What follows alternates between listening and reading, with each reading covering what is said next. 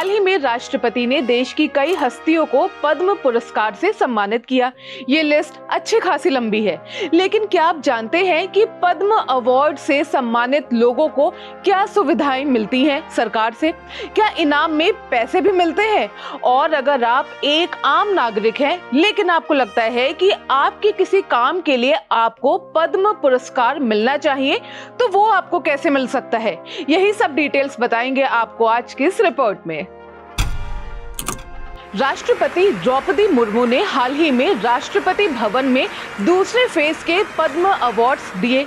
इनमें लोक गायिका स्वर्गीय डॉक्टर शारदा सिन्हा समेत 68 पर्सनालिटीज को सम्मानित किया गया। इस दौरान पीएम मोदी, गृह मंत्री अमित शाह, विदेश मंत्री एस जयशंकर भी मौजूद रहे। ये तो हुई बेसिक इंफॉर्मेशन। अब आते हैं मुद्दे पर। पहला सवाल, क्या किसी को भी मिल सकता है पद्म अवार्ड? दरअसल ये अवार्ड किसी बिजनेस, जाति और इससे जुड़े लोगों को उनके एरियाज के हिसाब से दिया जाता है। ये सम्मान art, literature, sports, medicine, social work, science, तकनीक, सिविल सर्विसेज और बिजनेस के क्षेत्र में एक्स्ट्रा ऑर्डिनरी काम करने वाली पर्सनैलिटीज को दिए जाते हैं। यहाँ गौर करने वाली बात यह है कि ये अवार्ड सरकारी कर्मचारियों को नहीं दिया जाता है, लेकिन उनके पर्सनल वर्क के लिए उन्हें पद्मश्री पुरस्कार दिया जा सकता है। अब यहाँ पर एक बात और गौर करने की ये है कि इनमें डॉक्टर और साइंटिस्ट को दो ऐसे लोग हैं जिन्हें सरकारी सेवा में रहते हुए भी ये सम्मान दिया जा सकता है। अब समझते हैं कि कैसे मिलता है पद्म सम्मान। इसके लिए सरकार हर साल एंट्रीज मांगती है। जिसको भी ऐसा लगता है कि उसने अपने एरिया में बेहतरीन काम किया है तो वो अप्लाई कर सकता है। सरकार आवेदन की जांच करती है। इसके अलावा कोई व्यक्ति, संस्था, सांसद, विधायक, मंत्री भी किसी के नाम की सिफारिश कर सकते हैं। हालांकि इस पर जो फाइनल डिसीजन है वो भारत सरकार और एक कमेटी करती है। अब थोड़ा इस अवार्ड की हिस्ट्री के बारे में भी जान लेते हैं। पद्म पुरस्कार देने की शुरुआत साल 1954 में हुई थी। इसके बाद 1978 और 1979 और 1993 से 1997 के बीच आई रुकावटों को छोड़कर हर साल दिया जाता रहा ये सम्मान। पद्म पुरस्कार को 3 पार्ट्स में डिवाइड भी किया गया है: पद्म विभूषण, पद्म भूषण और पद्मश्री। भारत रत्न के बाद भारत के सर्वोच्च नागरिक सम्मान में पद्म विभूषण, पद्म भूषण और पद्मश्री आते हैं।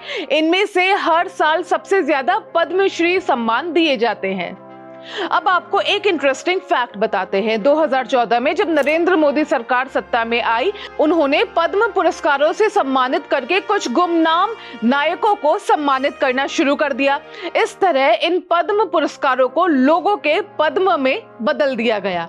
इस साल तो 30 गुमनाम नायकों को पद्म अवार्ड्स दिए गए हैं। अब आते हैं सबसे इम्पोर्टेंट सवाल पर। सवाल ये कि इस अवार्ड को पाने से फायदा क्या होता है? क्या कुछ पैसे भी मिलते हैं? तो आपको बता दें कि राष्ट्रपति पद्म अवार्ड से सम्मानित शख्स को एक प्रमाण पत्र और पदक देते हैं।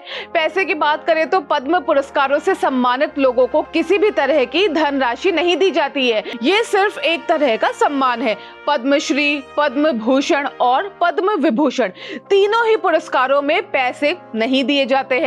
ना ही किसी भी तरह की रेलवे या एयर फेयर में छूट या कोई और फैसिलिटी मिलती है। पद्म अवार्ड्स मिलने वालों को राष्ट्रपति भवन के अंदर जाने और राष्ट्रपति से मिलने का मौका मिलता है।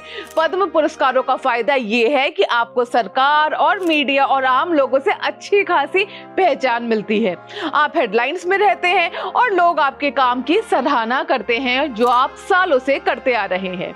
और कई बार तो ये सम्मान मरणोपरांत भी मिलता है। जैसे कि इस बार गायिका शारदा सिन्हा को कला, लोक संगीत के एरिया में उनके योगदान के लिए राष्ट्रपति द्रौपदी मुर्मू ने मरणोपरांत पद्म विभूषण से सम्मानित किया। उनके बेटे ने उनकी ओर से ये पुरस्कार एक्सेप्ट किया। खैर, अगर आपको भी लगता है कि कोई एक ऐसी फील्ड है जिसमें आपने काफी एक्सेप्शनल काम किया है, तो आप भी अपनी अप्लाई एंट्री कर सकते हैं। ये वीडियो आपको कैसी लगी जरूर बताइएगा कमेंट बॉक्स में।